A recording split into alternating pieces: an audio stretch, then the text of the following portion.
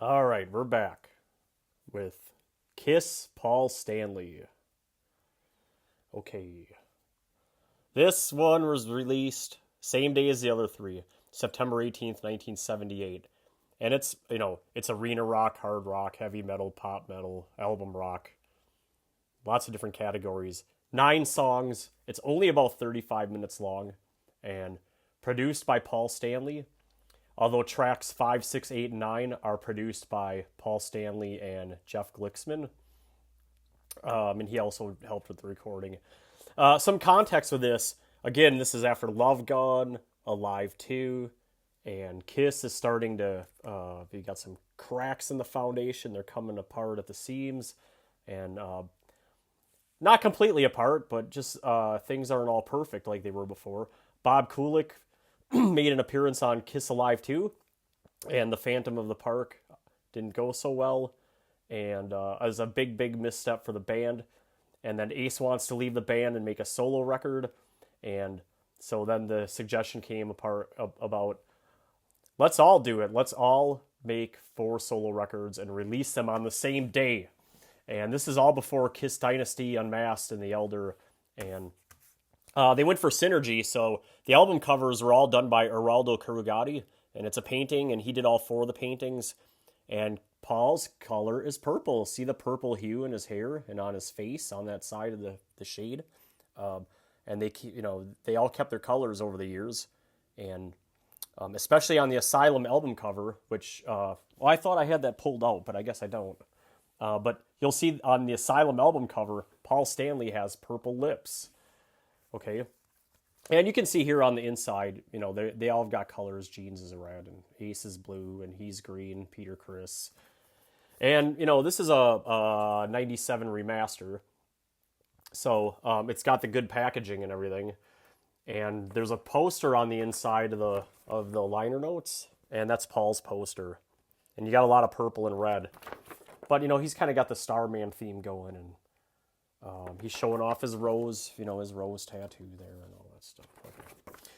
Okay, so that's the packaging, and like I said, it's a 97 remaster, but it says Mercury here and then Casablanca here, and then this is all purple, all the fonts purple, and the story on the liner notes is purple, and the back is in purple, and it's actually hard to read.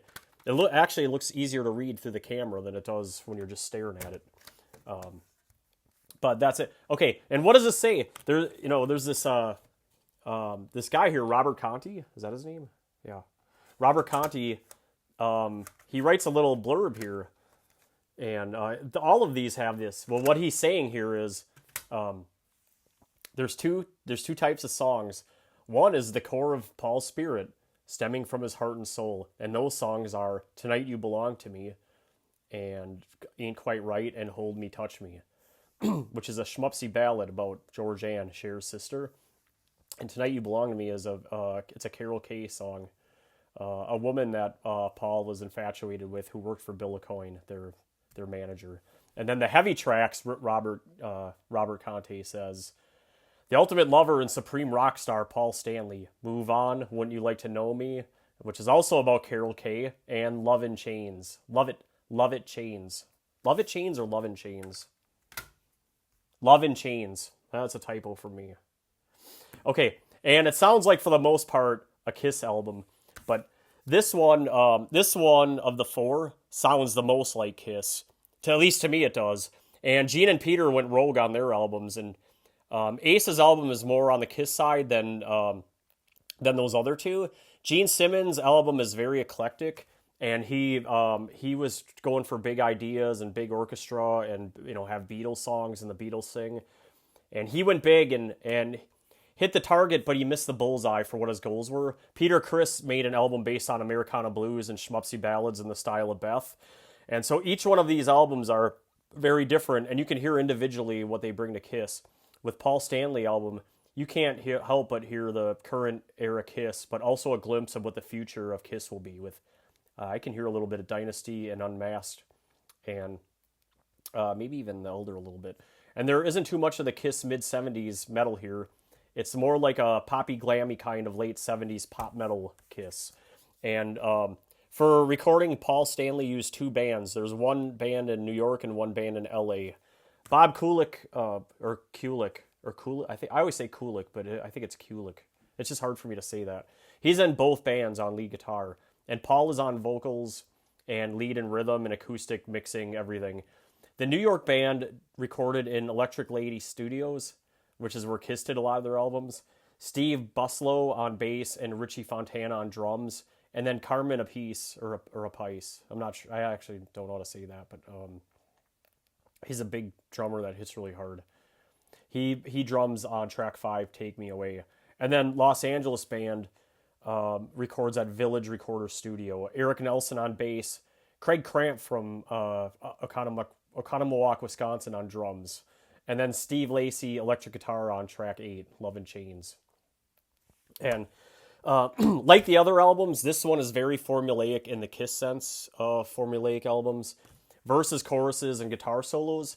The preferred on this album is verse, verse, chorus, or even verse, verse, verse, chorus. Only 2 of the songs have a bridge, and even to call them a bridge is a little bit of a stretch, but you could call them bridges. And then only 2 of the 9 songs do not have a solo.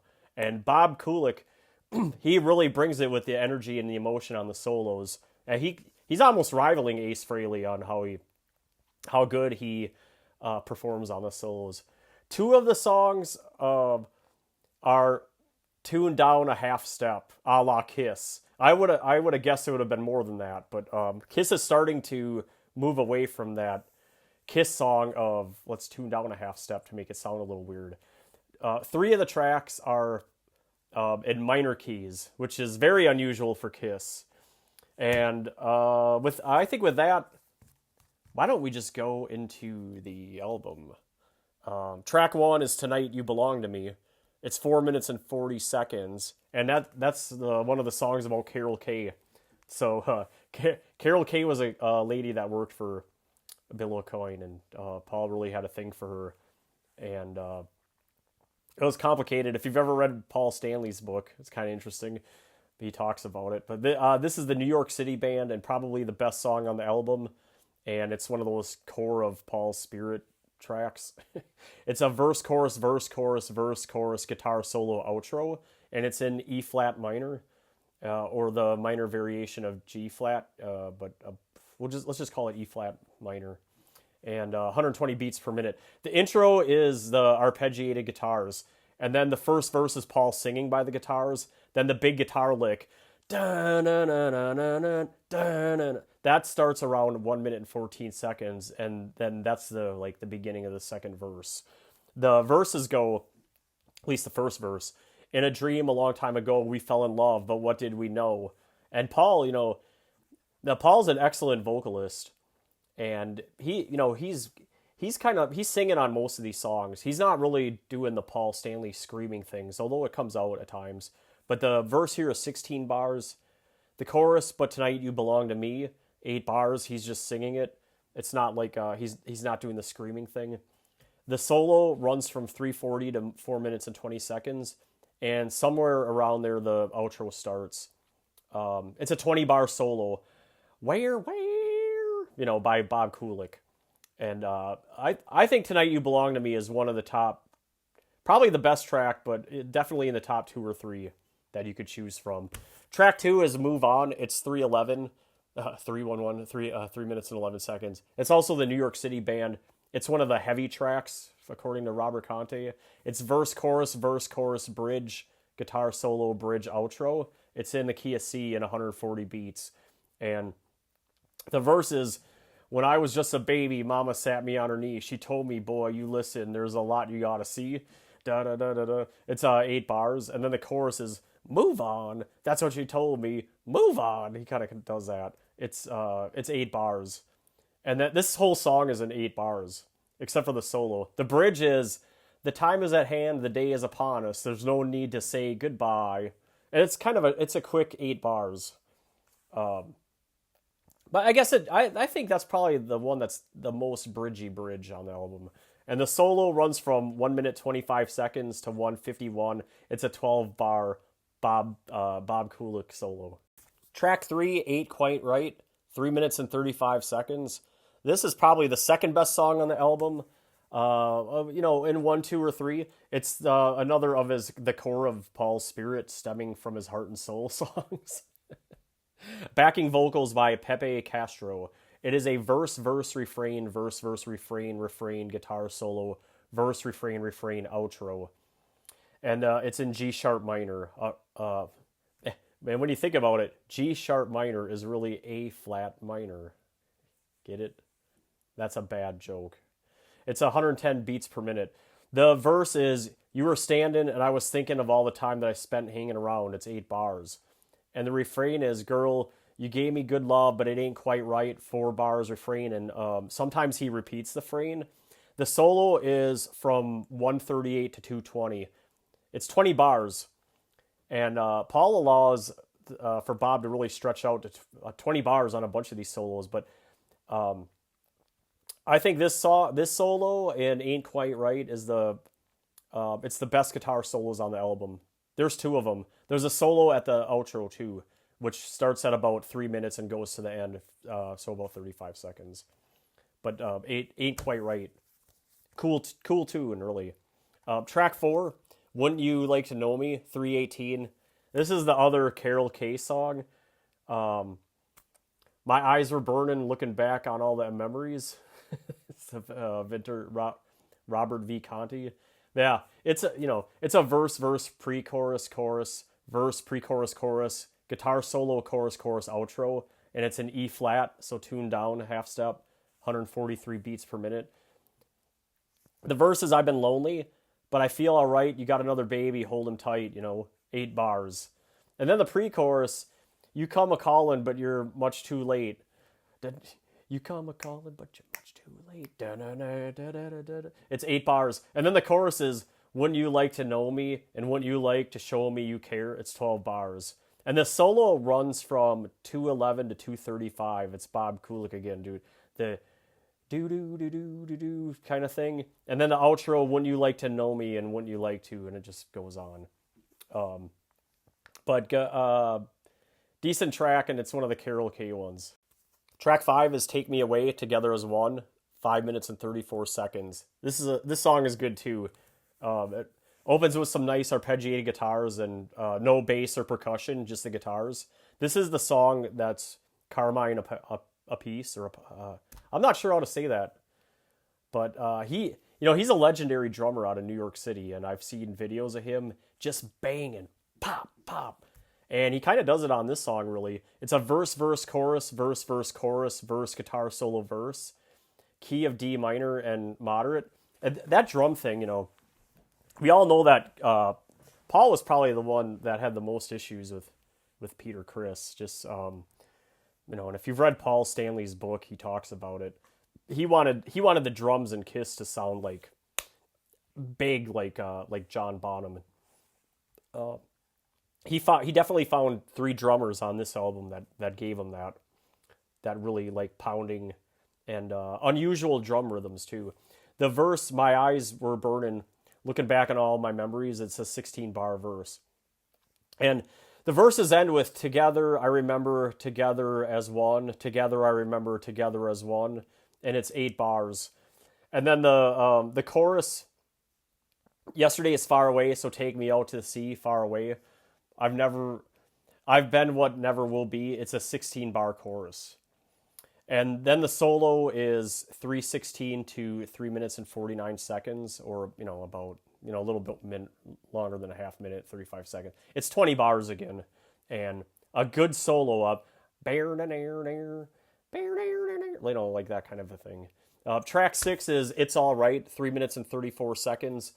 This is where the LA band starts, with Nelson on bass and Cramp on drums. And this song is unusual in that it has a bridge too.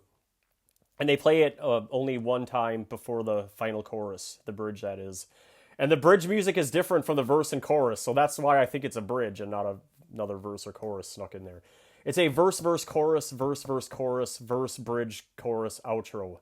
And it's an F sharp, 130 beats per minute. So a little faster than normal. And I'm pretty good at taking care of myself. I always get enough to get me by. That's the verse. It's an 8-bar verse.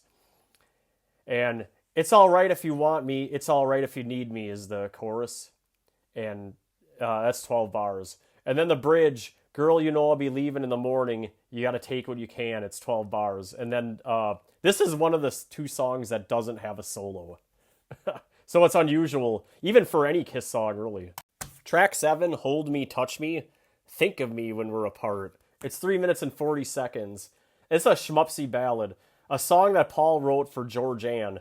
And if you don't know the story, you know, George and George, Paul and Gene both talk about it in their books. And George Ann is Cher's sister. And, you know, Gene met Cher, and he had a thing for Cher for a long time.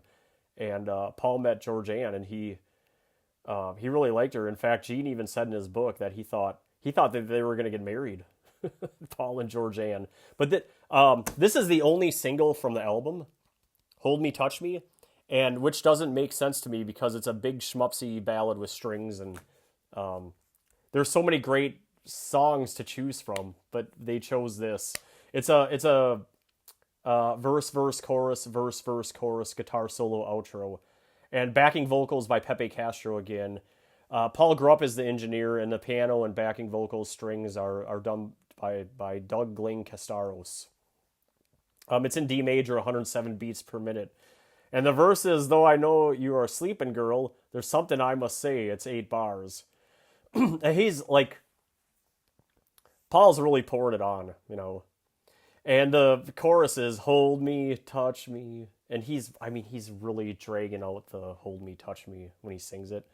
And think of me when we're apart. It's 16 bars. The solos, the one runs from 241 to 334.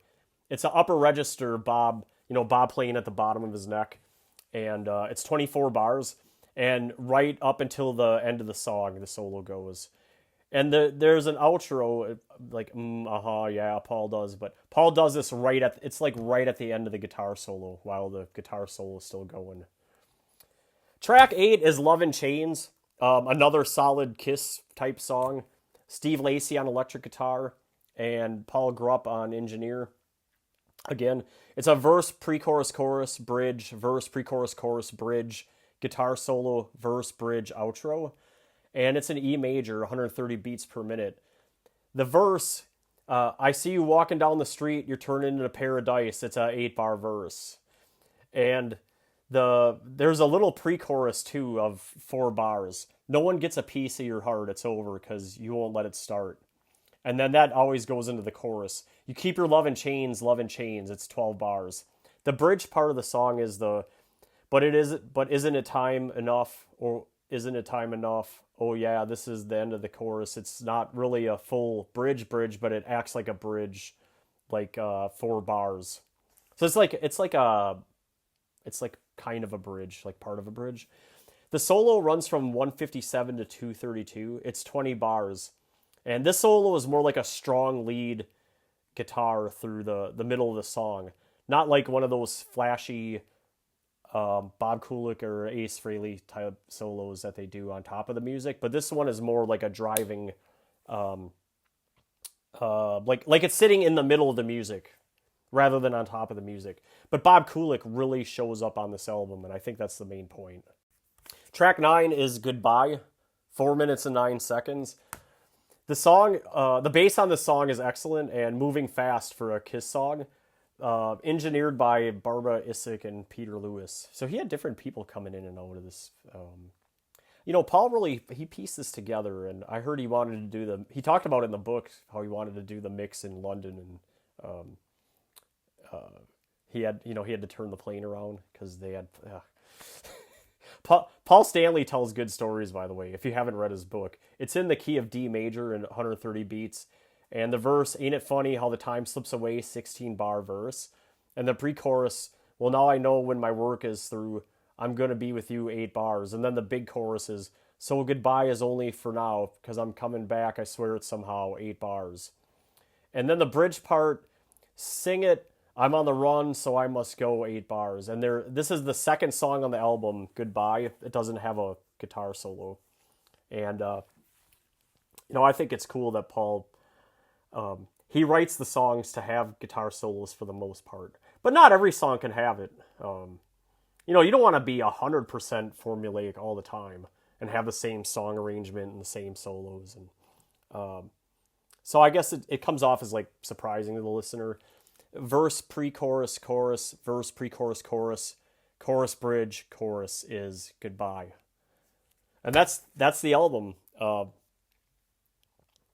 Summary, it was number 40 in the U.S. for the year. For all albums that year. That's how you got to read that. It did a 1,065,200, which total sales, and that's based off of the different certifications of selling. In Canada's like countries like Canada and the United States, and where it sold well, but basically on par with the other three albums, and number 84 in 1978. And I'm sorry, it peaked at number 40 in the U.S. That was the peak. So I think I said that wrong, but it is confusing when you look at the charts, and there's like a lot of data to look at and assimilate. And I'm here to try to make it all make sense for you and for me. Allmusic.com gave it 3 stars, and their writer Greg Prado, he does a lot of the Kiss reviews. He called it the most Kiss-like of the 4 solo albums. And I agree. I couldn't find a Rolling Stone review, but I looked. I mean, I like the record.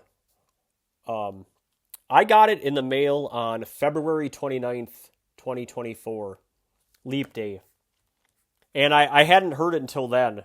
But I listened to it, and I didn't like it the first couple of listens. I thought, wow, Paul, what were you doing? But I just thought it was really over the top. But after a while, it grew on me, and I started to think of it more like a true Kiss record, really. And it's got some flair to it in the style of The Elder and Creatures of the Night. And like I said, it's a little bit like it sounds like it's merging into Dynasty and Unmasked, but Paul was a really important member of the band, and it's almost like he was quality control, and he should have been the quality control. And I think I made the comment in the other 3 reviews, but what you can hear in these 4 solo albums is what each member brought to Kiss. And I don't just mean like, Peter Criss doing Americana Blues and schmupsy ballads and things like that. But what I mean by that is you can see like the organic DNA that each one brings. And Paul's stamp is really strong. His stamp on the band is super strong. And, I think all bands are compromises at some point, but Kiss has Gene and Paul as the leaders, and Gene's got this. He kind of likes writing songs like the Beatles, and you can kind of hear it in every song. And Paul's really the one that wants to make it more like Led Zeppelin-ish, but also where he and Gene agree is let's make it fun and let's give the fans what they want. And that's why it works. That's why the band works. And that's why they were able to take Ace and Peter and it worked. Even though when you listen to their albums, they sound completely different. But I think what I should do eventually is a Kiss. Like I should rank these 4 records, huh? I think I'll probably do that. Well, anyway, let's wrap this up. Paul Stanley. Good record. Even if you're not a Kiss fan, I mean, a lot of people hate Kiss. And I know because I see the comments you guys leave. But it's hard to not acknowledge that he did a good job on this. Whether you're a Kiss fan or not. He put in the time, and it's evident. Anyway, next up on the channel is Trick of the Tail, and then probably Tormato down the road by Yes. But I also have some other things planned, like I want to do like my favorite Mellotron songs and rank them. And I want to rank my favorite Yes songs and my favorite Rush songs. All right, like, comment, subscribe, share.